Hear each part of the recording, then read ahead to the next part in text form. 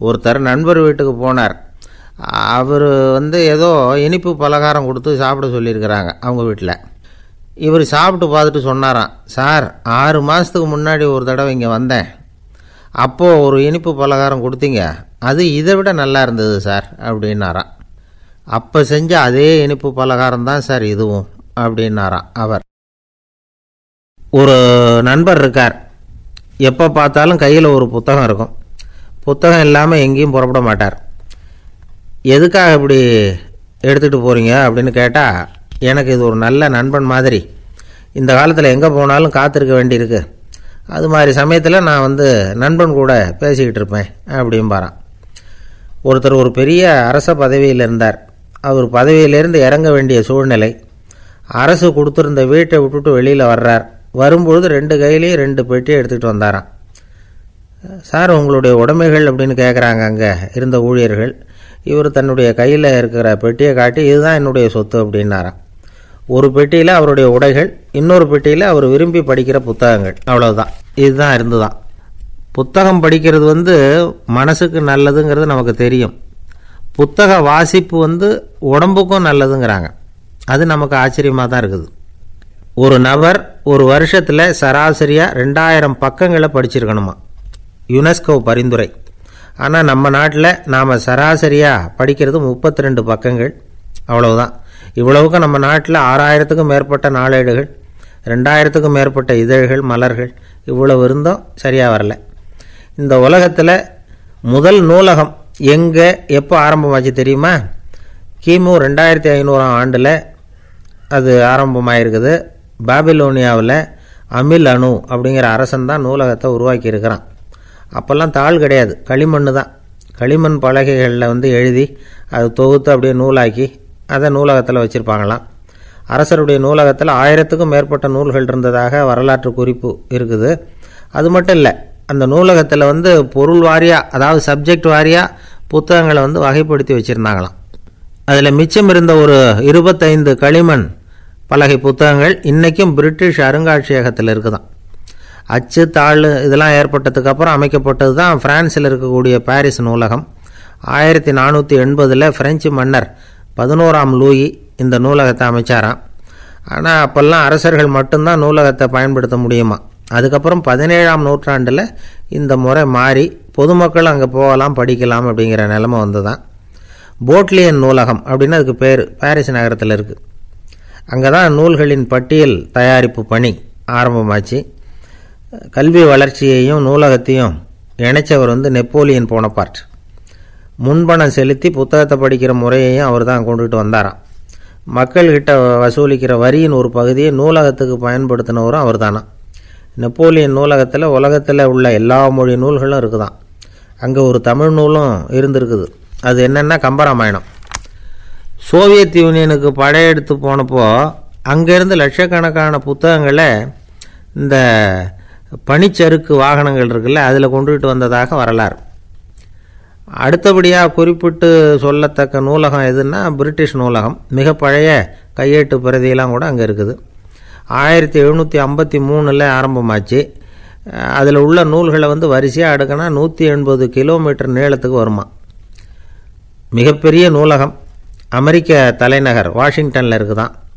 இந்தியாவை பொறுத்த வரைக்கும் பெரிய பழைய நூலகம் எதுன்னா கல்கத்தா நூலகம். எல்லா இந்திய மொழி நூல்களும் இங்கே உண்டு.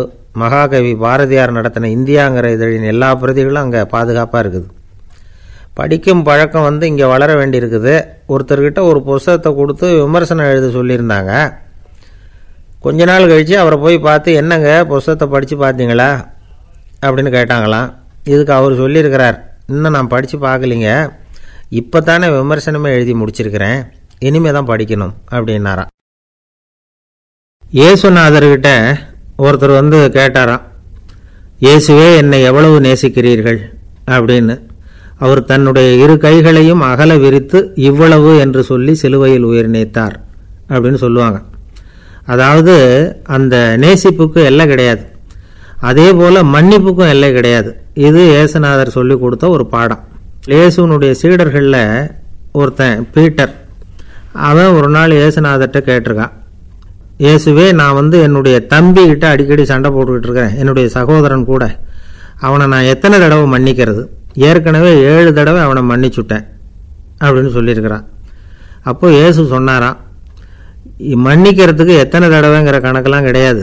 எத்தனை தடவை உன்னுடைய சகோதரன் உன்னை கோபப்படுத்துகிறானோ அத்தனை தடவை நீ மன்னிக்கிறதுக்கும் தயாராக இருக்கணும். அதுதான் அப்படின்னு சொன்னாராம். அப்போ இவனுக்கு ஒன்றும் புரியல, இது என்ன அவன் தப்பு பண்ணிக்கிட்டே இருப்பான், நாம் மன்னிச்சுக்கிட்டே இருக்கிறதா அப்படிங்கிறது மாதிரி குழப்பமாக இருந்திருக்கிறான். அப்போது இயேசுநாதர் தன்னுடைய சீடன் பீட்டர்கிட்ட ஒரு கதை சொன்னாராம். அந்த கதை இன்றைக்கு நாம் எல்லாரும் சிந்தித்து பார்க்க வேண்டிய ஒரு கதை. அதாவது மன்னிப்பை விரும்புகிறவர்கள் மன்னிக்கவும் தயாராக இருக்க வேண்டும் அப்படிங்கிறது தான் அந்த கதையினுடைய தத்துவம். அந்த இயேசுநாதர் சொன்ன கதை என்னென்னா, ஒரு மன்னர் இருந்தார். அவர் ஒரு நாள் அரண்மனையில் உட்காந்து கணக்கு வழக்குகள்லாம் பார்த்துக்கிட்டு இருந்தார். நம்ம அரண்மனையிலேருந்து யார் யார் அரசாங்க கடன் வாங்கியிருக்கிறாங்க, யார் யார் திருப்பி செலுத்தியிருக்கிறாங்க அப்படிங்கிற விவரத்தையெல்லாம் பார்த்துக்கிட்டு இருந்தார். அப்போ தான் புரிஞ்சுது, அந்த அரண்மனையில் வேலை செய்கிற ஒருத்தனே அரசாங்க கடன் வாங்கியிருக்கிறான். எவ்வளவு? 10,000 பொற்காசுகள் வாங்கியிருக்கான் கடன். இந்த 10,000 பொற்காசுகளை திருப்பி செலுத்தலை அரசாங்கத்துக்கு. இது மன்னர் கவனத்துக்கு வந்தது. உடனே நம்ம அரண்மனையில் இருக்கிறவனே அரசு கடன் வாங்கி திருப்பி செலுத்தாமல் இருக்கான், அவனை கூப்பிட்டு வாங்கன்னு சொல்லி கூப்பிட்டுட்டு வந்தாங்களாம். விசாரிச்சிருக்கிறாங்க, என்னப்பா நீ எவ்வளவு ஒன்று? ஆமாங்க, 10,000 பொற்காசுகள் வாங்கியிருக்கிறேன், இன்னும் திருப்பி கட்டலைன்றிருக்கான். உடனே அவர் மன்னர் சொல்லியிருக்கிறார், நம்ம சட்டத்திட்டப்படி நீ உடனே பணத்தை திருப்பி கட்டிடு. அப்படி உன்னால் கட்ட முடியலன்னா உன்னுடைய வீடு வாசல் சொத்து சுகம் எல்லாத்தையும் விற்று அந்த பணத்தை அரசு கருவூலத்தில் சேர்த்துக்கிறதுக்கு நானே ஏற்பாடு பண்ணிடுறேன் அப்படின்னு அந்த மன்னர் சொன்னாராம். இவன் அப்படியே அதிர்ச்சி ஆகிட்டான், அப்படியே பொத்துன்னு காலில் விழுந்தானா. மன்னா, என்னை மன்னிச்சுங்க, என்னால் முடியல, எனக்கு மன்னிப்பு கொடுங்க அப்படின்ட்டுருக்கான். உடனே அவர் எழுந்திரிச்சு, சரி நீ மன்னிப்பு கேட்டுவிட்ட, அதனால் உன்னை மன்னிக்கிறேன், நீ பணம் கட்ட வேண்டாம் அப்படின்னு சொல்லி அந்த மன்னர் அவனை விட்டுட்டாராம். பணத்தையும் தள்ளுபடி பண்ணிட்டார், நீ திருப்பி கட்ட வேண்டான்னு. இவனுக்கு ரொம்ப மகிழ்ச்சி, அதனால் ரொம்ப உல்லாசமாக வந்துகிட்டு இருக்கிறான். தெருவில் வந்துக்கிட்டு இருக்கிறப்ப இவங்கிட்ட கடன் வாங்கின ஒருத்தன் எதுக்கு வந்துக்கிட்டு இருக்கான். அவன் இவங்கிட்ட ஒரு 100 பொற்காசுகள் கடன் வாங்கியிருக்கான். அவன் வந்தான், இவன் போய் அவன் சாட்டையாக பிடிச்சிக்கிட்டான், நீ எப்படா என் கடனை திருப்பி கொடுக்க போகிறேன்னு. அவன் இப்போ முடியல, கொஞ்சம் பொறுத்துக்கா, அப்புறம் தரேன் இருக்கான். அதெல்லாம் முடியாது, நீ கொடுத்து தான் ஆகணும் அப்படின்னு இவன் புடிவமாக சொல்கிறான். இப்போ நிலைமையை பாருங்கள், இவன் ஏற்கனவே 10,000 பொற்காசுகள் அரசாங்கத்தில் கடன் வாங்கினா அதுக்கு மன்னிச்சு விட்டுட்டார் இவனை.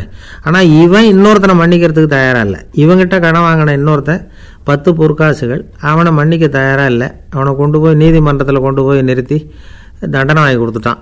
நீதிபதி என்ன சொன்னார், அந்த இவன் வாங்கின பொற்காசுகளை திருப்பி கட்டுற வரைக்கும் ஜெயிலில் இருக்கணுங்கிறது தீர்ப்பு.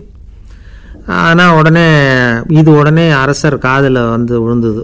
சொல்லிட்டாங்க, உங்ககிட்ட மன்னிப்பு வாங்கிட்டு போனானே ஒருத்தன், அவன் இன்னொருத்தனை மன்னிக்கிறதுக்கு தயாராக இல்லை, அவனை கொண்டு போய் ஜெயிலில் அடைச்சிட்டான் அப்படின்னு. உடனே மன்னர் பார்த்தார், இவனை மறுபடியும் கூப்பிட்டு வர சொன்னார். தபாரப்பா, நான் உன்னை மன்னிச்சு விட்டேன், ஆனால் நீ இன்னொருத்தனை மன்னிக்கிறதுக்கு தயாராக இல்லை, அதனால் என்னுடைய தீர்ப்பையும் மாற்றுறேன், நீயும் அரசு கடன் தீர்ற வரைக்கும் ஜெயிலில் தான் இருக்கணும் அப்படின்னு சொல்லி ஜெயிலுக்கு அனுப்பிச்சிட்டாராம். இப்படி ஒரு கதையை இயேசுநாதர் தன்னுடைய சீடருக்கு சொன்னதாக ஒரு வரலாறு. அது என்ன, அதிலேருந்து நாம் புரிந்து கொள்ள வேண்டியதுன்னா, நாம் மன்னிக்கப்படணும்னு நாம் விரும்புகிறோம்னா நாம் இன்னொருத்தரை மன்னிக்கிறதுக்கு தயாராக இருக்கணும். அதனால் நாம் இன்னொருத்தரை யாரையும் மன்னிக்க மாட்டோம், ஆனால் என்ன இன்னொருத்தர் மன்னிக்கணும் அப்படிங்கிறது மாதிரி செய்யக்கூடாதுன்னு சொல்லுவாங்க. அது மாதிரி நாம் இப்போ இது தப்பாக புரிஞ்சுக்கிறவங்களும் இருக்கிறாங்க. பாவம் மன்னிப்புங்கிறதுலாம் எதுக்குன்னா, அதாவது மறுபடியும் பாவம் செய்யாமல் இருக்கிறதுக்காக தான். அதான் மன்னிக்கிறாரே அப்படிங்கிறதுக்காக மறுபடியும் பாவம் பண்ணிகிட்டு இருக்கிறது இல்லை. அதான் ஒருத்தர் கேட்டாராம், பாவத்திலேருந்து மன்னிப்பு கிடைக்கணும்னா நீ என்ன செய்யணும் அப்படின்னு கேட்டிருக்கார். அதுக்கு அவன் சொல்லியிருக்கிறான், நான் முதல்ல பாவம் செய்யணும், அப்போ தானே மன்னிப்பு கிடைக்கும் அப்படின்னு நானாம். இப்படிப்பட்டவர்கள் தான் இன்றைக்கி உலகத்தில் அதிகமாக இருக்கிறாங்க. அதனால் இந்த மன்னிப்பின் மகத்துவங்கிறது இயேசுநாதர்கிட்டேருந்து தான் நாம் புரிஞ்சுக்கணும். அந்த இயேசு சொன்ன அந்த மன்னிக்கிற மனோபாவம் இருந்தால் இன்றைக்கி உலகம் பூராவும் அமைதி பூங்காவாக இருக்கும். அதில் ஒன்றும் ஆச்சரியமே இல்லை, அதில் ஒன்றும் சந்தேகமும் இல்லை. அதனால் மன்னிக்கிற மனோபாவத்தை நாம் எல்லாரும் நமக்குள்ளே வளர்த்து கொள்ள வேண்டும் அப்படிங்கிறது தான் நாம் இன்றைக்கு எல்லோரும் சிந்தித்து பார்க்க வேண்டிய ஒரு செய்தி. ஒரு வயசான அம்மா தெரு வழியாக போயிட்டு இருந்தாங்க. அவங்க கையில் எண்ணத்தையோ வச்சுக்கிட்டு அதை அடிக்கடி பார்த்துக்கிட்டே இருந்தாங்க. ஒருத்தன் மெதுவாக அவங்கக்கிட்ட போய் கையில் இருக்கிறது என்ன அப்படின்னு எட்டி பார்த்தா அவங்க கையில் 4 பல் இருந்துதான். இவன் ஆச்சரியமாக அந்த அம்மாவை பார்த்தான். ஏம்மா உனக்கு என்ன பைத்தியமா, ஏது இந்த பல்லு, இதை என்னத்துக்காக கையில் வச்சுக்கிட்டு அலைஞ்சிக்கிட்டு இருக்கிற அப்படின்னு கேட்டிருக்கான். அதுக்கு அந்த அம்மா விவரம் சொல்ல ஆரம்பித்தாங்களாம். இதை பாருப்பா, எனக்கு ஒரு மகன் இருந்தான், அவனை ரொம்ப செல்லமாக வளர்த்தேன். அவனை தரையிலேயே நடக்க விடுறதில்ல, எப்பவும் தூக்கி வச்சுக்கிட்டு இருப்பேன். அவன் நல்லா பெரியவனாகி பள்ளிக்கூடம் போகிறப்ப கூட அவன் புஸ்தக மூட்டையை நான் தான் சுமந்துக்கிட்டு போவேன். பார்க்குறவங்க கூட கேலி பண்ணுவாங்க, ஏம்மா படிக்க போகிறது நீயா உன் பிள்ளையான்னு கேட்பாங்க. அவன் இன்றைக்கி எவ்வளோ பெரிய மனுஷன் ஆகிட்டான், வெளிநாட்டில் பெரிய உத்தியோகத்தில் இருக்கான். சமீபத்தில் இங்கே வந்துட்டு போனான். ஒரு நாள் ஏதோ கோபத்தில் என்ன அரைஞ்சுட்டான். அப்போ இந்த 4 பல்லும் கீழே விழுந்துட்டுது. இன்னமும் கூட விழுந்திருக்கும், ஆனால் பல்லு தான் இல்லை. என் புள்ள அரைஞ்சதுனால விழுந்த பல்லு இல்லையா அது, அதனால் இதை எப்பவும் என் கையிலேயே வச்சுக்கிட்டு ஆசையோடு பார்த்துக்கிட்டு இருக்கிறேன். அவன் தான் வெளிநாட்டுக்கு போட்டான், அவனை பார்க்க முடியாத ஏக்கத்தை நான் இந்த பல்லை பார்த்து போக்கிக்கிறேன் அப்படின்னு நாங்களாம் அந்த அம்மா. இந்த கதை எதுக்காகன்னா, தாய் அன்பு அப்படிங்கிறது எப்படிப்பட்டதுங்கிறத புரிஞ்சுக்கிறதுக்காக. கல்யாணம் ஆனதுக்கப்புறம் தாயை மறந்து விட்றவங்க எத்தனை பேர் இந்த உலகத்தில், அவங்க காதில் வேணுங்கிறதுக்காக தான் இந்த தகவல். ஆனால் ஒரு விஷயம் மட்டும் நல்லா புரிஞ்சுக்கணும், தாயை மதிக்க தெரிஞ்சவங்க தான் இன்றைக்கி வாழ்க்கையில் எல்லா விதத்துலேயும் முன்னுக்கு வந்திருக்கிறாங்க. வேணும்னா விசாரித்து பார்த்துக்குங்க. இன்னொரு அம்மா இருந்தாங்க, அவங்க தினமும் ஒரு கோயிலுக்கு வருவாங்க. சாமியை பார்த்து, கடவுளே நான் இறந்து போனால் நரகத்துக்கு போகணும் அப்படின்னு வேண்டிக்குவாங்களாம். எல்லோரும் சொர்க்கத்துக்கு போகணும்னு தானே கடவுள்கிட்ட வேண்டிக்குவாங்க. இந்த அம்மா தினம் நான் நரகத்துக்கு போகணும் அப்படின்னு வேண்டிக்கிறாங்க. அங்கேருந்து அர்ச்சகருக்கு இது சந்தேகம். ஒரு நாள் அதை நேரடியாகவே அவங்கக்கிட்ட கேட்டுவிட்டார். அதுக்கு அந்த அம்மா பதில் சொன்னாங்களாம், ஐயா எனக்கு கல்யாணம் ஆகி ரொம்ப நாள் வரைக்கும் குழந்தை பாக்கியம் இல்லாமல் இருந்தது. கோயில் குளம் எல்லாம் சுற்றி வந்தேன். ரொம்ப நாள் கழித்து ஒரு குழந்தை பிறந்தது, ஆண் குழந்தை. அவனை நான் ரொம்ப செல்லம் கொடுத்து வளர்த்தேன். அதோட விளைவு என்ன ஆச்சுன்னா, அவன் ரொம்ப மோசமாக ஆகிட்டான். கெட்ட பழக்க வழக்கம்லாம் கற்றுக்கிட்டான். அவன் இறந்து போனால் நிச்சயம் அவனுக்கு நரகம்தான் கிடைக்கும். அந்த அளவுக்கு கெட்டவன் அவன். அப்படிப்பட்ட காரியங்கள்லாம் பண்ணிகிட்ருக்கான், எனக்கு தெரியும். இவனுக்காக நரகத்தில் கூட யாரும் தயவு காட்ட மாட்டாங்க, தாட்சண்யம் காட்ட மாட்டாங்க. அதனால் இவனுக்கு முந்தி நான் இறந்து நரகத்துக்கு போயிட்டா அங்கே இவனை கவனிச்சிக்கலாமே, இவனுக்கு பணிவிடை செய்யலாமேன்னு பார்க்குறேன் அப்படின்னு நாங்களாம். அதனால தான் நான் நரகத்துக்கு போகணும்னு தினம் ஆண்டவனை வேண்டிகிட்டு இருக்கிறேன் அப்படின்னு கண்கலங்கி அந்த அம்மா சொன்னாங்களாம். அதுதான் தாய் உள்ளம்ங்கிறது. தாயின் பெருமையை சரியாக உணர்ந்துட்டா அவங்களுக்கு எப்பவும் எந்த கஷ்டமும் வராது. இது ஏதோ உபதேசத்துக்காக சொல்கிற வார்த்தை இல்லை, உண்மையான வார்த்தை. இந்த விவரத்தையெல்லாம் நண்பர் ஒருத்தர்கிட்ட சொல்லிக்கிட்டு இருந்தேன். அவர் கொஞ்ச நாள் கழித்து என்னை தேடி வந்தார். அவர் கையிலேயும் 4 பல்லு வச்சுருந்தார். என்னங்க ஆச்சு, ஏதுங்க இந்த பல்லு அப்படின்னு விசாரித்தோம். உங்கள் உபதேசத்தை கேட்டுவிட்டு இந்த உலகத்தில் எல்லாரையும் தாயாக நினைக்க ஆரம்பிச்சிட்டேன். ஒரு அம்மாவை கடத்தரில் பார்த்து தாயேன்னு கூப்பிட்டேன். அவங்க உடனே பலார்னு என்னை அரைஞ்சிட்டாங்க, பல்லு விழுந்துட்டுது. அதை தான் பொறுக்கி எடுத்துக்கிட்டு நேராக உங்களை தேடி வந்துக்கிட்டு இருக்கிறேன்னார். தாயேன்னு தானே கூப்பிட்டீங்க, அதுக்கு ஏன் அரைஞ்சாங்க அப்படின்னு கேட்டோம். நான் தாயேன்னு கூப்பிட்டது அவங்க காதில் நாயேன்னு விழுந்துட்டு தான், அதுதான் இப்படி ஆயிட்டுது அப்படின்னார். ஊருக்கு வெளியில் அமைதியான ஒரு இடம், அங்கே ஒரு ஆசிரமம், அங்கே ஒரு சாமியார். அவர் தினமும் நல்ல போதனைகள்லாம் செய்வார். பல பேர் போய் அங்கேயே சில நாள் தங்கி இருந்து அவர் சொல்கிற அறிவுரைகளை எல்லாம் கேட்டுக்கிட்டு வர்றது வழக்கம். ஒரு தடவை அவரை பார்த்துட்டு போகிறதுக்காக 3 வெளியூர் தம்பதிகள் வந்தாங்களாம். அந்த மடத்திலேயே சாப்பிட்டுக்கிட்டு தங்கியிருந்து அவங்களுடைய போதனைகளை கேட்டுக்கிட்டு போகணுங்கிறது அவங்க நோக்கம். காலையில் குளிச்சுட்டு பூஜையில் உட்காந்தார் அந்த சுவாமி. இவங்களும் குளிச்சுட்டு அந்த பூஜையை பார்க்குறதுக்காக அவர் முன்னாடி உட்காந்தாங்க. பூஜை ஆரம்பமாச்சு. சம்பிரதாயப்படி அது ரொம்ப நேரம் நடந்துக்கிட்டே இருக்குது. இவங்களுக்கு நல்ல பசி இருந்தாலும் இந்த நேரத்தில் அதை எப்படி வெளியில் காட்டிக்கிறது, பேசாமல் இருந்தாங்க. அந்த சுவாமி பூஜையை முடித்தார். அதுக்கப்புறம் பேச ஆரம்பித்தார். பேச்சு அருமையாக தான் இருந்தது, அமிர்தமாக தான் இருந்தது. இருந்தாலும் இவங்களுக்கு இருக்கிற வயிற்று பசி அது சரியாக கவனிக்க விடலை. அந்த சுவாமியே இதை கவனித்ததா தெரியல. இவங்களுக்கு மனசுக்குள்ளே ஒரு எண்ணம், உள்ளே சாப்பாடு தயாராகிட்டு இருக்கும் போல இருக்குது, இந்த பேச்சு முடிஞ்சது நம்மளை உள்ளே அழைச்சிட்டு போய் சாப்பாடு போடுவாங்கன்னு நினைக்கிறோம் அப்படின்னு இவங்களாம் நினச்சிக்கிட்டாங்க. ஆனால் சுவாமி இதை பற்றி எதுவுமே பேசலை, கண்டுக்கலை. ஒரு அம்மாவால் அதுக்கு மேலே சும்மா இருக்க முடியுமா? முடியல. சாப்பாட்டை கவனிக்கலாமா அப்படின்னு சொல்லி மெதுவாக ஆரம்பித்தாங்க. கவனிக்கலாமே அப்படின்னு உள்ளே அழைச்சிட்டு போனார் சுவாமி. இவங்க ரொம்ப அவசரமாக எழுந்திரிச்சு உள்ளே ஓடினாங்க. அங்கே ஒரு மேஜை மேலே ஒரு கிண்ணம் மூடி இருந்தது. இதுதான் சாப்பாட்டு மேஜை போல இருக்குது, இங்கே சாப்பாடு வந்துடும் அப்படின்னு நினச்சாங்க. உடனே போய் சுற்றி உட்காந்துக்கிட்டாங்க. சுவாமி அந்த கிண்ணத்தை எடுத்து அந்த அம்மா கிட்ட கொடுத்தார். அவங்க அதை வாங்கி மூடியை திறந்து பார்க்குறாங்க. உள்ளே ஒரு சாவி இருக்குது. ஓ சரிதான், இது சமையலறை சாவி போல் இருக்குது, அங்கே போய் அதை திறந்து சாப்பாட்டை நாமே எடுத்துக்கிட்டு வந்து இங்கே வச்சுக்கிட்டு சாப்பிட்ணும் போல இருக்குது அப்படின்னு நினச்சாங்க. சாவி இருக்கு இல்லையா, வாங்க பூட்டு நிறையா காட்டுறேன் அப்படின்னு சுவாமி அவங்கள அழைச்சிட்டு போனார், காட்டினார். இவங்க அந்த அறையை ரொம்ப ஆவலோடு திறந்தாங்க. உள்ளே பார்த்தா அங்கே அரிசி, பருப்பு, விதவிதமான காய்கறி எல்லாம் இருக்குது. சமையலுக்கு வேண்டிய மிளகாய், எண்ணெய், பால், தயிர், நெய் இப்படி எல்லாமே இருக்குது. அடுப்பு, விறகு, நெருப்பு போட்டி அது கூட அங்கே இருக்குது. சாப்பாடு தயாராக இருக்கும்னு நினச்சிக்கிட்டு போனால் இப்படி இருக்குதே அப்படின்னு சொல்லி அதை பார்த்ததும் ரொம்ப சோர்ந்து போட்டாங்க அவங்க. சுவாமி என்ன இது சாப்பாடு இல்லையா அப்படின்னாங்க. அதுதான் சாப்பாட்டுக்கு வேண்டிய எல்லாம் இங்கே இருக்குதே, அடுப்பு மூட்டி நீங்கள் தான் அவங்கவுங்க ருசிக்கு தகுந்த மாதிரி சமைச்சிக்கணும். இந்த சன்னியாசிக்கு எப்படி சமைக்க தெரியும் அப்படின்னு கேட்டார் சுவாமி. சாப்பாடு தயாராக இருக்கும்னு நாங்கள் எதிர்பார்த்தோம் அப்படின்னாங்க. நீங்கள் இப்படி சொல்லுவீங்கன்னு நானும் எதிர்பார்த்தேன். இது வரைக்கும் நான் எவ்வளவோ தத்துவம்லாம் எடுத்து சொன்னேன். எல்லாத்தையும் விட இதுதான் அனுபவபூர்வமான தத்துவம். ஆண்டவன் நமக்கு நல்ல மனசை கொடுத்துருக்குறான், நல்ல வாய்ப்புகளையும் தந்திருக்கிறான், அதையெல்லாம் பயன்படுத்திக்கக்கூடிய மூளையையும் சிந்தனையையும் கொடுத்துருக்குறான். அதனால் அடுப்பை தான் நீங்கள் மூட்டணும், அடுப்பை நீங்கள் தான் மூட்டணும், உங்களுக்கு உகந்ததை நீங்கள் தான் சமைச்சு ருசித்து அனுபவிக்கணும். ஆண்டவனே அதை செஞ்சுக்கிட்டு இருக்க மாட்டான் அப்படின்னாராம் அந்த சுவாமி. நம்முடைய வாழ்க்கையில் பல நல்ல பலன்களை பெறறதுக்கு நாம் தான் முயற்சி பண்ணணும். அதுக்குரிய சூழ்நிலையை தான் ஆண்டவன் கொடுப்பானே தவிர அதை விளக்கிறதுக்காக தான் அந்த சுவாமி அப்படி செஞ்சு காட்டியிருக்கிறார். இது ஒரு பெரியவர் இப்படி ஒரு விளக்கம் கொடுத்தார். அதுக்கப்புறம் அந்த 3 தம்பதிகளும் தெளிவடைஞ்சுட்டாங்களாம். நாம் தெளிவடைகிறது எப்போங்கிறது தான் தெரியல அப்படின்னு பல பேர் இதை கேட்டுட்டு சொல்லிகிட்டு இருக்கிறாங்க. இந்த கதையை நம்முடைய நண்பர் ஒருத்தர்கிட்ட சொன்னேன். அந்த நண்பர் ரொம்ப சந்தோஷப்பட்டார். நீங்கள் சொல்கிறது கரெக்டு சார், ஆனால் நான் அதை விட ஒரு படி மேலே சார். எனக்கெல்லாம் அரிசி பருப்பு இருக்கிற ரூம் எதுன்னு கையை காட்டிட்டா போதும், உடனே கிண்ணத்துலேருந்து சாவியை எடுத்து கொடுக்கணுங்கிற அவசியம்லாம் இல்லை எனக்கு. அப்புறம் எப்படி ரூமை திறந்துருவீங்க அப்படின்னு கேட்டேன். பூட்டை உடச்சி திறந்துருவேன், அதுதான் எனக்கு பழக்கம் அப்படிங்கிறார். ஐயா, என்னுடைய நூல் வெளியீட்டு விழாவுக்கு அவசியம் நீங்கள் வரணும் அப்படின்னு கூப்பிட்டார் ஒருத்தர். எப்போ வரணும்னு கேட்டேன். அடுத்த வாரம்னார். சரி, புத்தகம் தயாராகிட்டுதா அப்படின்னேன். நாளைக்கு தான் அச்சிக்க கொடுக்க போகிறேன்னார். என்னங்க இது, புத்தகம் அச்சிடுறதுக்கு முன்னாடியே அழைப்புதழை அச்சடிச்சு விட்டீங்களே அப்படின்னு கேட்டேன். அதனால் என்னங்க, அந்த காலம் மாதிரியா போடலாம், அச்சுக்கலை எவ்வளவோ முன்னேறியாச்சுங்க. Linotype, monotype, phototype, laser இப்படி என்னென்னமோ வந்தாச்சு. இன்றைக்கி கொடுத்தா நாளைக்கே புத்தகம் தயார் அப்படின்னார். இப்படி இந்த அளவுக்கு முன்னேறி இருக்கிற இந்த அச்சுக்கலை ஆரம்பத்தில் எப்படி இருந்தது தெரியுமா? அந்த காலத்தில் காகிதம்னா என்னென்னே தெரியாது, அப்படி ஒன்று கண்டுபிடிக்கப்படவே இல்லை. அப்போல்லாம் எதையாவது ஒன்று எழுதணும்னா அதுக்கு ஆட்டு தோலை தான் பயன்படுத்தி இருக்கிறாங்க.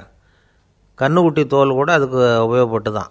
ஐரோப்பாவில் இருந்த பாதிரியார்கள் தோலில் எழுதப்பட்ட புத்தகத்தை தயாரிக்கிறதுல ரொம்ப கெட்டிக்காரங்களாம். எகிப்து, அப்புறம் மத்திய தரைக்கடல் ஓரத்தில் உள்ள நாடுகள், இங்கெல்லாம் தோல் தான் எழுதுபொருளாக பயன்பட்டு வந்திருக்குது. ஆனால் நம்ம நாட்டில் ஓலைச்சுவடிகளை எழுத்துக்கு பயன்படுத்தியிருக்கிறாங்க. எழுதுறதுக்கு தோலை பயன்படுத்தினவங்க பிறகு பேப்பரைஸ் அப்படிங்கிற கோரை புல்லை அதுக்கு பயன்படுத்தினாங்களாம். இதெல்லாம் அப்படி கொஞ்சம் கொஞ்சமாக கண்டுபிடிச்சிட்டு வந்திருக்கிறாங்க. அந்த புல்லை கச்சிதமாக நறுக்க வேண்டியது, நல்லா பதப்படுத்த வேண்டியது, அதுக்கப்புறம் அதில் எழுத வேண்டியது, அவ்வளவுதான். பேப்பருங்கிற சொல்லே இந்த பேப்பைரஸ் அப்படிங்கிறதுலேருந்து வந்தது தான். அதுக்கப்புறம் தான் காகிதம் வந்தது. இதை முதல்ல சீன நாட்டில் தான் கண்டுபிடிச்சாங்க. அது வந்த பிறகு அச்சு எந்திரம் கண்டுபிடிக்க வேண்டிய அவசியம் ஏற்பட்டது. அதை கண்டுபிடிச்சவர் ஜெர்மானிய அறிவியல் அறிஞர் ஜான் கூட்டன்பர்க். அச்சு கலைக்கு அடித்தளம் அமைச்சவர் அவர் தான். ஜெர்மனியில் மெயின்ஸ் அப்படிங்கிற ஊரில் 1399 பிறந்தார். அவரோட மாமன் ஒருத்தர் உலோக வேலையில் வல்லவர். அவர்கிட்ட அந்த வேலையை கற்றுக்கிட்டார். அதோட வைர கற்களை பட்டை தீட்டுறதுலேயும் ரொம்ப தேர்ச்சி பெற்றிருந்தார். இளம் வயசுலேயே சும்மா இருக்க மாட்டாராம், எதை செஞ்சாலும் அதை திறமையாக செய்வாராம். அவர் தான் முதல்ல மர அச்சு எழுத்துக்களை உருவாக்கினார். அது மேலே மை தடவி பிரதிகள் எடுத்தார். அதுக்கப்புறம் உலோக எழுத்துக்கள், முதல்ல காரியம், அப்புறம் இரும்பு, அப்புறம் கலப்பு உலோகம், பிறகு அச்சடிக்கிறதுக்கு எந்திரம் ஒன்றையும் உருவாக்கினார். முதல்ல பைபிள் அச்சடித்தார். 1468 அவர் இறந்து போனார். 16ஆம் நூற்றாண்டில் மேலை நாடுகளிலிருந்து மர எழுத்துக்களை கொண்டுகிட்டு தமிழ்நாட்டில் கிறிஸ்தவ நூல்களை அச்சிட்டாங்க. அப்போல்லாம் அச்சகங்கள் போதிய அளவுக்கு இங்கே இல்லை.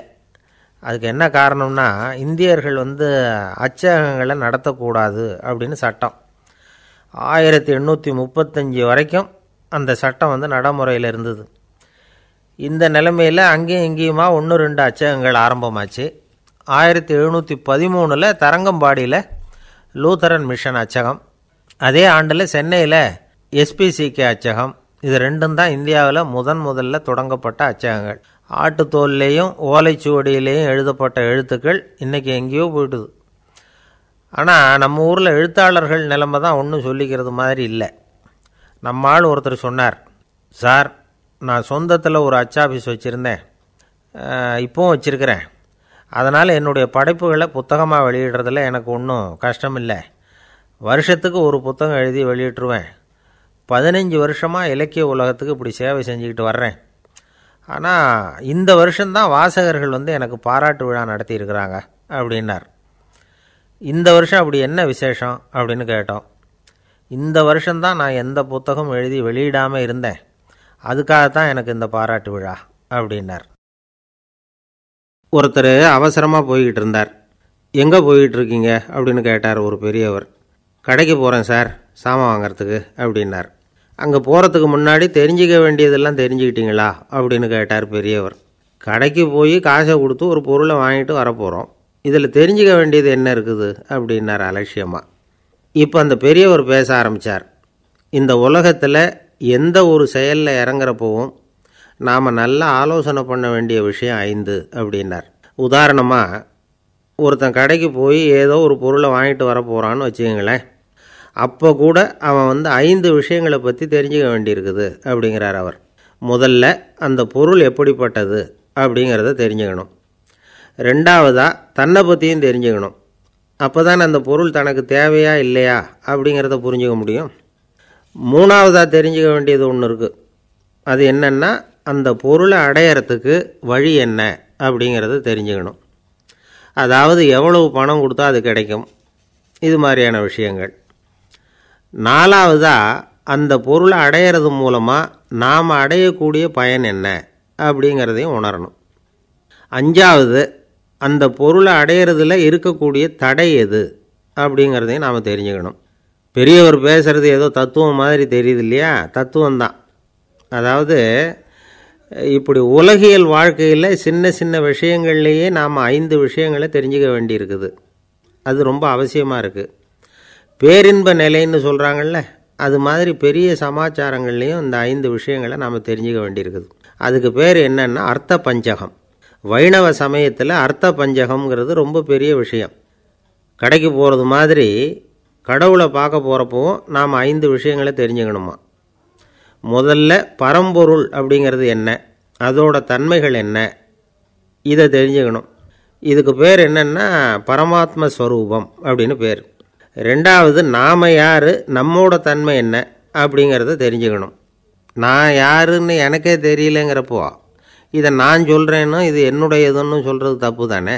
அப்புறம் மூணாவது விஷயம், பரம்பொருளை நாம் அடையிறதுக்கு வழி எது, இதை தெரிஞ்சுக்கணும். இது உபாய ஸ்வரூபம் அப்படின்னு பேர். நாலாவது விஷயம், நாம் அடைய வேண்டிய பயன்கள் என்ன அப்படிங்கிறத தெரிஞ்சுக்கிறது. இதுக்கு புருஷார்த்தம் அப்படின்னு பேர். அஞ்சாவது, அந்த பயனை அடைய விடாமல் தடுக்கிற தடைகள் யாவை அப்படிங்கிறத தெரிஞ்சுக்கிறது. இது விரோதி ஸ்வரூபம். இதைத்தான் தடையியல் அப்படின்னு சொல்கிறாங்க. அதாவது பரமாத்மாவை பற்றிய அறிவு, ஜீவாத்மாவை பற்றிய அறிவு, உபாயம் பற்றிய அறிவு, புருஷார்த்தம் பற்றிய அறிவு, இந்த 4 அறிவுக்கும் எதிரடையாக, அதாவது அதையெல்லாம் தப்பாக புரிஞ்சுக்கிறதால உண்டாகக்கூடிய அறிவு விரோதி ஸ்வரூபம். என்ன இது தகவலில் ஏதாவது கதை சொல்லுவீங்கன்னு பார்த்தா ஏதோ தத்துவம் பேசிகிட்டு இருக்கிறீங்களே அப்படின்னு நினைக்கலாம். இதுவும் தெரிஞ்சிக்க வேண்டிய ஒரு பெரிய விஷயந்தான். காதில் போட்டு வச்சா எப்போவாவது உபயோகப்படும். என்னுடைய நண்பர் ஒருத்தர் ஒரு நாள் என்கிட்ட சொன்னார், சார் அடுத்த மாதம் தஞ்சாவூரில் ஒரு கல்யாணம், போகிறதா வேண்டாமா அப்படின்னு ஒரே குழப்பமாக இருக்குது அப்படின்னார். நான் உடனே இந்த அர்த்த பஞ்சக உபதேசம் பண்ண ஆரம்பித்தேன். அவர் எல்லாத்தையும் பொறுமையாக கேட்டுவிட்டு, சரி சார் நான் போகிறதுன்னு முடிவு பண்ணிவிட்டேன்னார். எப்படி இந்த முடிவுக்கு வந்தீங்க அப்படின்னு கேட்டேன். அவர் சொன்னார், சார் அந்த 2வது பாயிண்ட் ஒன்று சொன்னீங்களே, அதை புரிஞ்சுக்கிட்டதுக்கு அப்புறம்தான் இந்த முடிவுக்கு வந்தேன் அப்படின்னார். என்ன ரெண்டாவது பாயிண்ட்டுன்னேன்.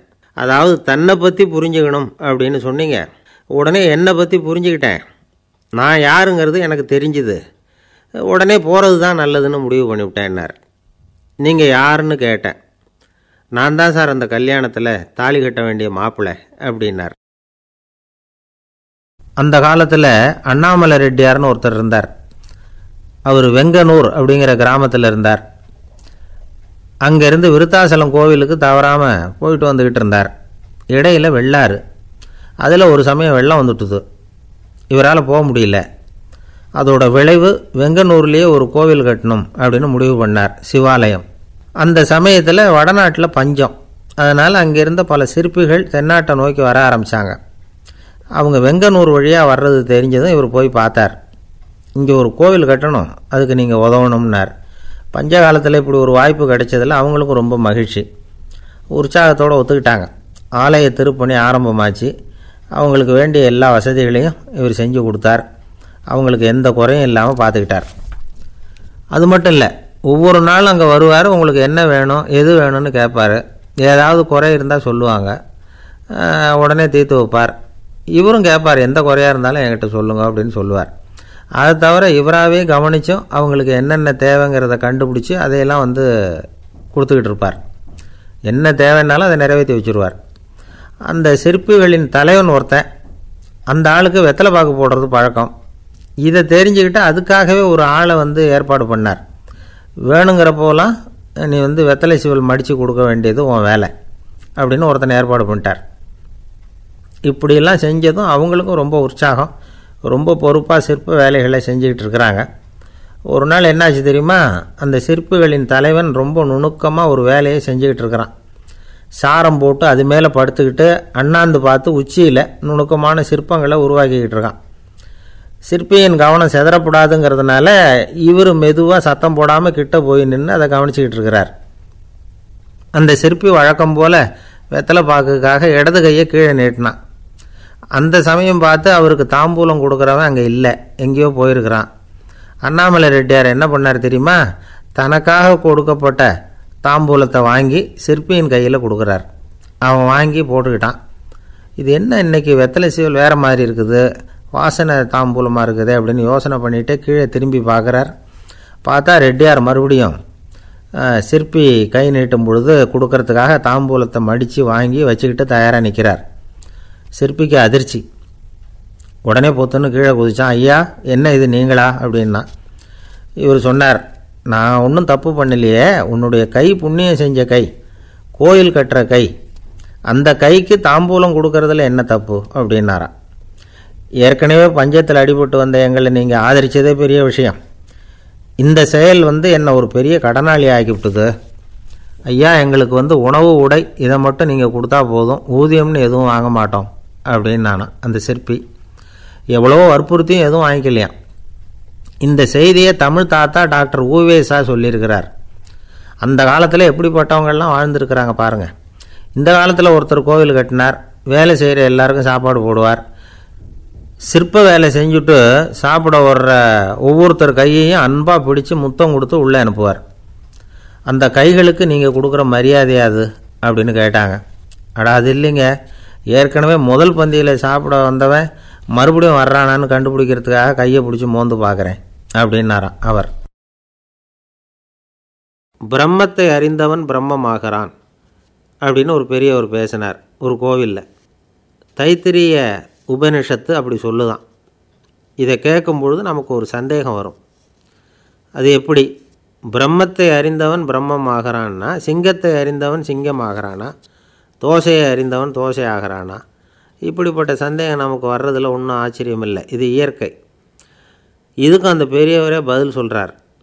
சிங்கம் வேற, நாம் வேற. அதனால் சிங்கத்தை அறிந்தவன் சிங்கமாக மாட்டான். ஆனால் பிரம்மம் வேற, நாம் வேற இல்லை.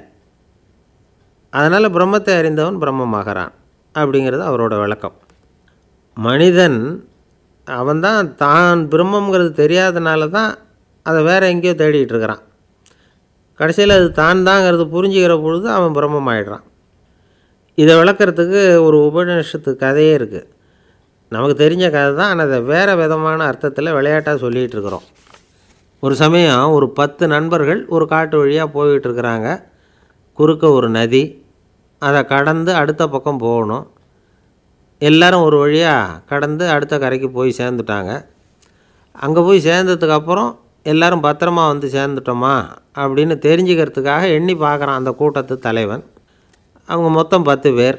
ஆனால் இவன் எண்ணி பார்க்குறப்போ 9 தான் வருது. ஏன்னா அவன் தன்னை விட்டுவிட்டான். எதிரில் நிற்கிறவங்கள மட்டுமே எண்ணுறான். ஐயோ 10வது ஆள் எங்கேங்கிறான், பதறான். சரி நீ இரு, நான் எண்ணி பார்க்குறேன்னு சொல்லிவிட்டு இன்னொருத்தன் வந்து எண்ணுறான். அவனும் தன்னை விட்டுட்டு எண்ணுறான். 9 தான் வருது. எல்லோரும் கொய்ய முறையோன்னு கத்த ஆரம்பிச்சிட்டாங்க. அந்த சமயத்தில் ஒரு பெரியவர் அந்த பக்கமாக வர்றார். என்ன விஷயம்னு விசாரிக்கிறார். 10வது ஆளை 6 அடிச்சுட்டு போட்டுது அப்படின்னு சொல்லி இவங்க அழறாங்க. சரி அழாதீங்க அப்படின்னு சொல்லி அந்த தலைவனை பார்த்து இப்படி வாங்குறார். வர்றான். இப்போ எனக்கு முன்னாடி ஒரு தரம் எண்ணு பார்க்கலாம்ங்கிறார். 1 2 3ன்னு ஆரம்பித்து 9ல் வந்து முடிக்கிறான். உடனே பெரியவர் நீ தான் அந்த 10வது ஆள் அப்படிங்கிறார். இது உண்மை. நாம் தான் நம்மளை வேறு எங்கேயோ தேடிகிட்டு இருக்கிறோம். நாம் எங்கேயோ தேடிகிட்டு இருக்கிறோமே, அந்த பிரம்மம் நாம் தான். இப்படி ஒரு பெரிய உண்மையை விளக்கிறதுக்காக தான் அப்படி ஒரு கதை சொல்லப்பட்டது. ஆனால் அதை வந்து நாம் வேறு விதமாக வேடிக்கையாக உபயோகப்படுத்திக்கிட்டு இருக்கிறோம். எப்படி தெரியுமா? ஒரு ஆத்தங்கரையில் ஒரு 10 பேர் முழிச்சுக்கிட்டே நின்றுக்கிட்டு இருந்தாங்களாம். அந்த பக்கமாக வந்த ஒருத்தன் ஏன் இப்படி முழிச்சுக்கிட்டு நிற்கிறீங்கன்னு கேட்டிருக்கிறான். எங்களுக்கு நீச்சல் தெரியாது, நாங்கள்லாம் அடுத்த கரைக்கு போய் சேரணும் அப்படின்னு நாங்களாம். சரி நான் கொண்டுட்டு போய் விட்றேன். எல்லாரும் அக்கறைக்கு போய் சேர்ந்த உடனே ஆளுக்கு ₹1 வீதமாக மொத்தம் ₹10 எனக்கு கொடுக்கணும் அப்படின்ட்டுருக்கான் இவன். சரின்னு ஒத்துக்கிட்டாங்க. இவன் ஒவ்வொருத்தராக கையை பிடிச்சி மெதுவாக ஆற்றுல இறக்கி அழைச்சிட்டு போயிட்டான். 9 பேரை கரை சேர்த்துட்டான். 10வது ஆள் பாதி ஆற்றுல போயிட்டுருக்கிறப்போ திடீர்னு வெள்ளம் வந்துட்டுது. புடி நழுவி போச்சு. கையை விட்டுட்டான். வெள்ளம் அடிச்சிட்டு போட்டுது. அழைச்சிட்டு வந்தவன் நீச்சல் அடித்து தடுமாறி கரைக்கு வந்து சேர்ந்துட்டான். கரையில் இருந்தவங்களுக்கு இந்த விஷயம் தெரியாது. இருந்தாலும் இவன் உடம்பு பூரா நனைஞ்சி கொஞ்சம் அதிகமாக மூச்சு வாங்க நின்றுக்கிட்டு இருந்தானா, ஏன் இப்படி மூச்சு வாங்குது, என்ன விஷயம் அப்படின்னு கேட்டாங்களாம். அதுக்கு இவன் கொஞ்சமாக அலட்டிக்காமல் சொன்னானா, வேறு ஒன்றும் இல்லை, நீங்கள் கொடுக்க வேண்டிய ₹10 ₹1 குறைஞ்சி போச்சு அவ்வளவுதான் அப்படின்னானா. ஒரு ஆள் ராமகிருஷ்ணரை தேடி வந்தான். அவன் கையில் 1000 பொற்காசுகள் வச்சுருந்தான். அதை அவர்கிட்ட கொடுத்து இதை ஏற்றுக்கணும் அப்படின்னு ரொம்ப பணிவாக கேட்டுக்கிட்டான். அவர் பார்த்தார். இது எனக்கு தேவையில்லை, ஆனாலும் உன்னுடைய மனசை புண்படுத்துறதுக்கு நான் விரும்பலை, அதனால் நீ கொடுக்குறத வாங்கிக்கிறேன்னார். வாங்கிக்கிட்டார். அப்புறம் கேட்டார், இதை பாரு, இனிமேல் இதெல்லாம் என்னுடைய இது தானே அப்படின்னார். ஆமாம், அதையெல்லாம் நான் உங்களுக்கே கொடுத்துட்டேன்னா அவன். சரி இப்போ நீ எனக்காக ஒரு காரியம் பண்ணணும்னார். என்ன செய்யணும்னு சொல்லுங்கன்னா, இந்த நாணயங்களையெல்லாம் எடுத்துக்கிட்டு போய் கங்கை நதியில் எரிஞ்சுட்டு வா அப்படின்னார். இவனுக்கு அதிர்ச்சியாக போச்சு. என்ன பண்ணுறது, இனிமேல் அது முடியாதுன்னு சொல்ல முடியாது. ஏன்னா அந்த நாணயங்களையெல்லாம் அவருக்கே கொடுத்துட்டான். இனிமேல் அதெல்லாம் இவனுடையது இல்லை. பேசாமல் அவ்வளோவே அள்ளிக்கிட்டு ஆத்தங்கரைக்கு போனவன் ரொம்ப நேரம் திரும்பியே வரல. ராமகிருஷ்ணருக்கு சந்தேகம். என்ன ஆச்சு அந்த மனுஷனுக்கு, காசுகளோடு அந்த கங்கையில் குதிச்சுட்டானா, போகும்பொழுதே ஒரு மாதிரியாக தான் போனான், போய் என்னன்னு பார்த்துட்டு வாங்க அப்படின்னார். அங்கே இருந்த ஒருத்தர் ஓடி போய் பார்த்தார். அவர் போய் பார்க்கும்பொழுது அவன் அங்கேயே இருந்தான். அதுக்கப்புறம் அவர் திரும்பி வந்தார். வந்து விவரத்தை சொன்னார். அதாவது அவன் கங்கை கரையில் உட்காந்துக்கிட்டு ஒவ்வொரு நாணயமாக 1 2ன்னு எண்ணி வீசிக்கிட்டு இருக்கிறான். அவனை சுற்றி ஒரு கும்பல் நின்றுக்கிட்டு அவனை தடுத்துக்கிட்டு இருக்குது அப்படின்னு விவரத்தை சொன்னார் போயிட்டு வந்தவர். இதை கேட்டதும் ராமகிருஷ்ணரே புறப்பட்டு அங்கே போனாராம்.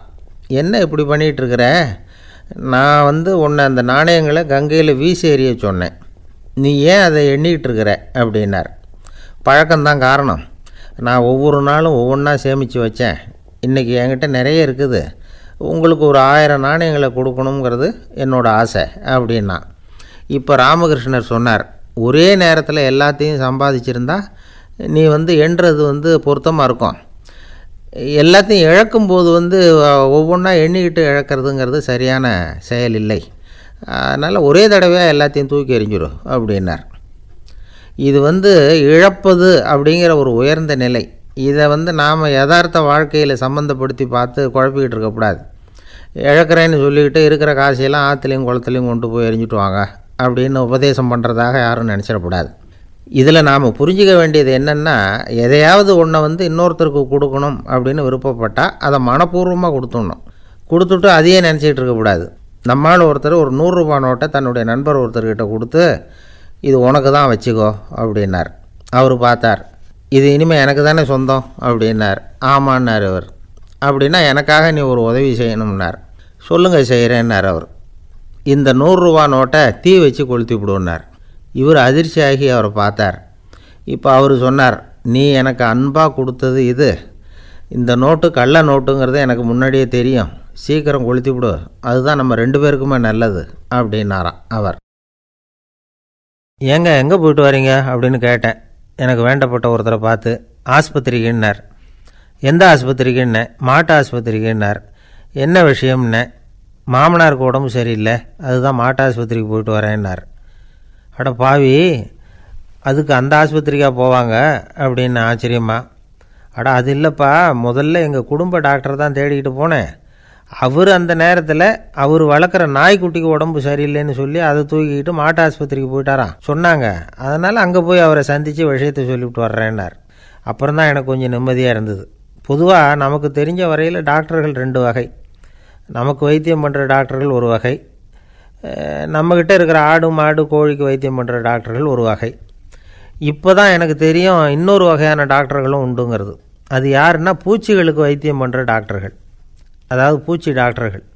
வெளிநாடுகளில் அப்படிலாம் கூட சில பேர் இருக்கிறாங்க. பிரிட்டனில் யார்க்ஷயர் வட்டாரத்தில் ராதர்ஹாம் அப்படின்னு ஒரு ஊர். அங்கே ஒரு விலங்கியல் மருத்துவர், பேர் டாக்டர் லான்ஸ் ஜெப்சன். அவர் ஆஸ்பத்திரி வாசலில் பார்த்தீங்கன்னா தினமும் நிறைய பேர் நின்றுக்கிட்டு இருப்பாங்க.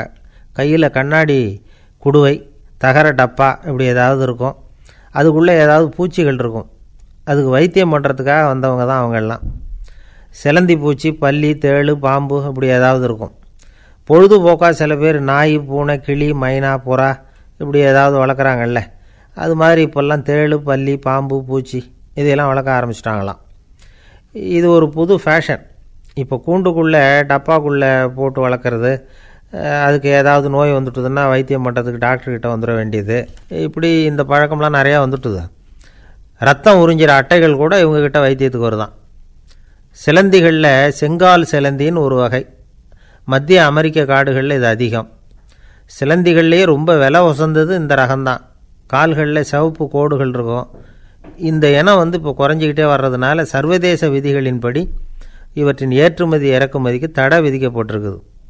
அதனால் இதை வளர்க்குறவங்க வீட்டுக்குள்ளேயே இனவிருத்தி மூலமாக பெருக்கி விற்பனை பண்ணிட்டு வராங்களாம்.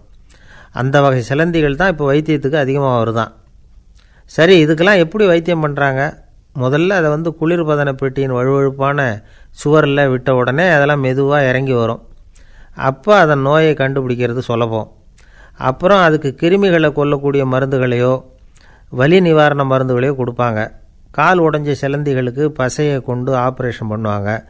சில சிலந்திகளுக்கு உடைஞ்ச காலை எடுத்துட்டால் புதிய கால் வளர்ந்துடும்.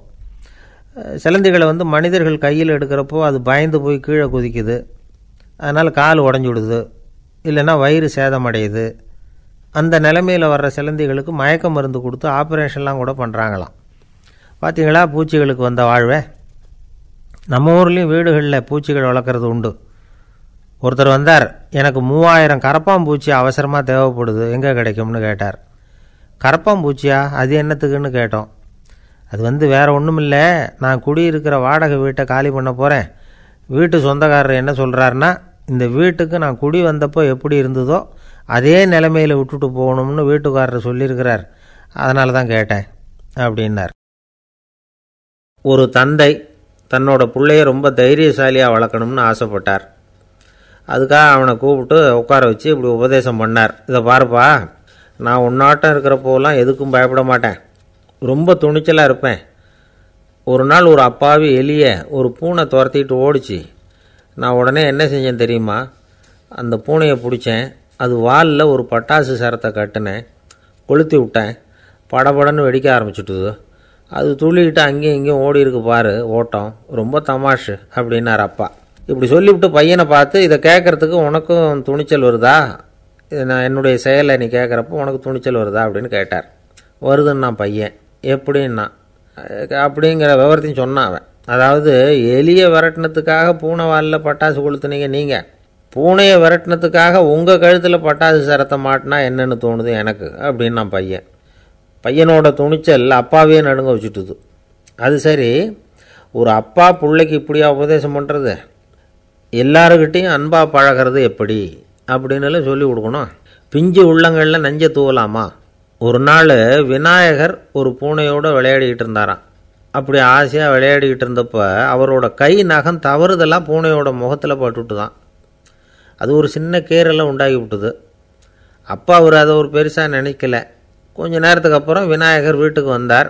அவங்க அம்மா பார்வதி தேவியை பார்த்தார். பார்வதி தேவி கன்னத்தில் விரலால் கீறினது மாதிரி ஒரு அடையாளம் இருந்தது. விநாயகருக்கு அதிர்ச்சி, ஆச்சரியம். நம்ம அம்மா இந்த உலகத்துக்கே தாயார், அப்பேற்பட்ட அவங்க முகத்திலேயே கீறலை உண்டாக்கக்கூடியவங்க யாராக இருக்க முடியும் அப்படின்னு யோசனை பண்ணார்.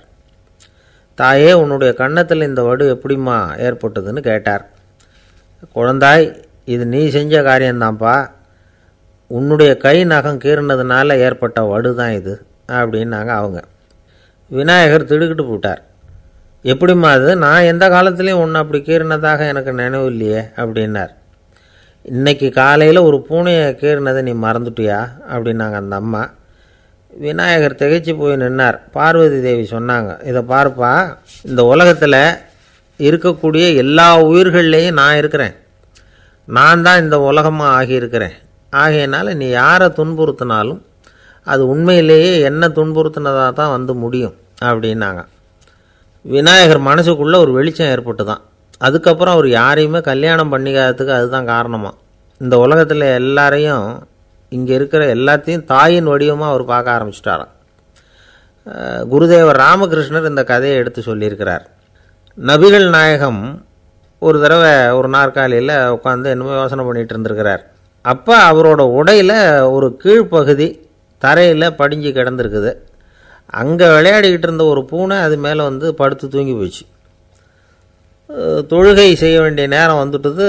நபிகள் நாயகம் எழுந்திருக்க பார்த்தார். அப்போ தான் பூனை தன்னோட உடை மேலே படுத்து தூங்கிட்டு இருக்கிறது கண்ணில் படுது. பூனையோட தூக்கத்தை கலைக்க விரும்பல அவர். தன்னுடைய சகோதரியை கூப்பிட்டார். ஒரு கத்திரிக்கோள் எடுத்துகிட்டு வர சொன்னார். பூனை படுத்திருந்த உடைப்பகுதி மட்டும் இருக்குல்ல, அதை மட்டும் அதோட கத்திரிச்சு விட்டுட்டு அதுக்கப்புறம் அவர் எழுந்திரிச்சு தொழுகைக்கு போனாராம். அதாவது பிற உயிர்கள்கிட்ட எப்படி அன்பு காட்டணுங்கிறத பெரியவங்க எவ்வளவோ விதத்தில் நமக்கு எடுத்து காட்டியிருக்கிறாங்க. இருந்தாலும் எத்தனை பேர் மனசில் அதெல்லாம் உரைச்சிருக்குது? நாமளும் நம்ம ட்ரெஸ்ஸு மேலே ஒரு பூனை படுத்திருந்தா ஒரு கத்திரிக்கோலை தான் தேடுவோம், எடுத்துகிட்டு வர சொல்லுவோம். துணியை வெட்டுறதுக்கு பதிலாக இல்லை அதோட வாழை வெட்டினா என்ன அப்படின்னு தோணும். ஒரு ஆள் ரொம்ப பிரியமாக ஒரு பூனையை ஆற்றுல குளிப்பாட்டிக்கிட்டு இருந்தானா. எப்படி? அந்த பூனையை ஆற்று தண்ணியில் அமுக்கி அமுக்கி குளிப்பாட்டிக்கிட்டு இருக்கிறான். அந்த வழியாக போன பெரியவர் ஒருத்தர் இதை பார்த்தார். இதை பார்ப்பா, பூனையை அது மாதிரி ஆற்று தண்ணியில் அமுக்கி குளிப்பாட்டாத, மூச்சு திணறி செத்து போடும் அப்படின்னு அட்வைஸ் பண்ணார். நீ போய் அவன் வேலையை பார்த்துக்கிட்டு, எனக்கு எல்லாம் தெரியும்னா இவன். சரின்னு அவர் போயிட்டார். கொஞ்ச நேரம் கழித்து அவரே அந்த வழியாக திரும்பி வந்துக்கிட்டு இருந்தார். ஆற்றுல பூனையை குளிப்பாட்டிக்கிட்டு இருந்தவன் அழுதுகிட்டு உட்காந்துருக்கிறான். பக்கத்தில் அந்த பூனை செத்து கிடக்குது. இதை பார்த்தார் பெரியவர். நான் தான் அப்போவே சொன்னேனே அந்த பூனையை ஆற்றுல நினைக்காதேன்னு, அதை கேட்டிருந்தா இப்படி ஆயிருக்குமா அப்படின்னார். அந்த ஆள் கோபமாக இவரை முறைச்சி பார்த்தான். அட போய்யா, இந்த பூனை ஆற்றுல குளித்ததுனால ஒன்றும் செத்து போகல, குளித்ததுக்கப்புறம் அதோட உடம்பு ஈரமாக இருக்குதுன்னு அதை புழிஞ்சேன், அதனால தான் இப்படி ஆயிட்டுது அப்படின்னு நானா. உலகத்தில் எது எதுக்கும் ஆராய்ச்சி கூடங்கள் இருக்குதுல்ல, அது மாதிரி தூக்கத்தை பற்றி ஆராய்ச்சி பண்ணுறதுக்கு ஒரு ஆராய்ச்சி கூடம் இருக்குது. அப்படி ஆராய்ச்சி பண்ணணும்னா அதுக்கு மூழ்கிக்கிட்டு இருக்கணும்ல. அதனால தான் அந்த ஆராய்ச்சி கூடம் இங்கே இல்லை. அமெரிக்காவில் பாஸ்டன் பல்கலைக்கழக மருத்துவமனையில் அது இருக்குது. அங்கே தூக்கத்தை பற்றி பலவிதமான ஆராய்ச்சிகள் பண்ணிகிட்டு இருக்கிறாங்க. அந்த ஆராய்ச்சி கூடத்தில் இயக்குனராக இருக்கிற ஒரு நிபுணர் அவர் என்ன சொல்கிறார் தெரியுமா? உங்களுக்கு தூக்கம் வரலையா, நீங்கள் நல்லா தூங்கிறதுக்கு தாராளமாக சில யோசனைகளை என்னால் சொல்ல முடியும் அப்படிங்கிறார். யோசனை தானே, காசா பணமாக கேட்டு வச்சுக்கலாமே. உணவு, மனநிலை, தூங்கும் இடத்தோட சூழ்நிலை, படுக்கைக்கு செல்கிறப்போ உள்ள பழக்க வழக்கங்கள், இது காரணமாக ஒருத்தருக்கு தூக்கம் வராமல் போகலாம். தூக்கம் வராததுக்கு இதுதான் காரணம்னா அதையெல்லாம் சுலபமாக கட்டுப்படுத்தலாங்கிறார் அவர். தூக்கத்தை வரவழைக்கக்கூடிய ஒரு நல்ல மருந்து உடற்பயிற்சி. ஆனால் ஒன்று, படுக்க போகிற நேரத்தில் இது மாதிரி உடற்பயிற்சிகள் எல்லாம் செய்யக்கூடாது. கொஞ்சம் முன்னாடி பகல்லையே இந்த பயிற்சிகளை செய்கிறது நல்லது. தூக்கம் வராமல் அவதிப்படுறவங்க பிற்பகல் நேரங்களில் காஃபி, டீ இது மாதிரி பானங்களை சாப்பிடக்கூடாது. மது அருந்துறது கூட தூக்கத்தை பாதிக்கும். வெது வெதுப்பான நீரில் குளிக்கிறது, தியானத்தில் ஈடுபடுறது, ஓய்வாக இருக்கிறது, படுக்கிறது, அதாவது படுக்கிறதுக்கு முன்னாடி ஒரு குவளை பால் சாப்பிட்றது, இதெல்லாம் தூக்கத்தை வரவழைக்கிறது ரொம்ப உதவியாக இருக்கும். இன்னொரு விஷயம் என்னென்னா, தூங்கி ஆகணுமேங்கிற கவலை வேண்டியதில்லை. அப்படி நினச்சி கவலைப்படுறதை விட்டுடணும். தூக்கம் வரலையா, உடனே படுக்கையை விட்டு எழுந்திரிக்க வேண்டியது. வெளியில் வாங்க, வேறு ஏதாவது வேலையில் ஈடுபடுங்க, கொஞ்சம் நேரம் உலாவுங்க, அல்லது ஏதாவது ஒரு புஸ்தகத்தை எடுத்து படிங்க. களைப்பு ஏற்பட்டால் மறுபடியும் படுக்கைக்கு போங்க. தூக்கம் தானாக வந்துடும். ஒரு விஷயத்தை மட்டும் நல்லா ஞாபகத்தில் வச்சுக்கணும். படுக்கைக்கு போகிறப்போ உங்கள் மற்ற எல்லா பிரச்சனைகளையும் மறந்துடணும். அது எப்படி சார் முடியும்? அந்த நேரம் தானே எல்லா பிரச்சனையும் வரிசையாக ஞாபகத்துக்கு வருது அப்படின்னு நாம் நினைக்கலாம். ஆனால் பழக்கத்தில் அதை நாம் மாற்றிக்க முடியும். கொஞ்சம் முயற்சி பண்ணணும், அவ்வளோதான். இது எல்லாமே ஆராய்ச்சி பண்ணி பார்த்துட்டு அந்த நிபுணர் சொல்கிற கருத்து தான். இன்னொரு விஷயமும் அவர் சொல்கிறார். அது என்னென்னா, உடல் கோளாறு காரணமாக தூக்கம் வராமல் அவதிப்படுறவங்களுக்கெல்லாம் இந்த யோசனைகள் சரியாக வராது அப்படிங்கிறார். அதுக்கெல்லாம் மருத்துவ சிகிச்சை கொடுத்து தான் சரி பண்ணணும். சில பேருக்கு நடு ராத்திரியில் மூச்சு திணறல் ஏற்பட்டு தூக்கம் வராமல் போயிடும்.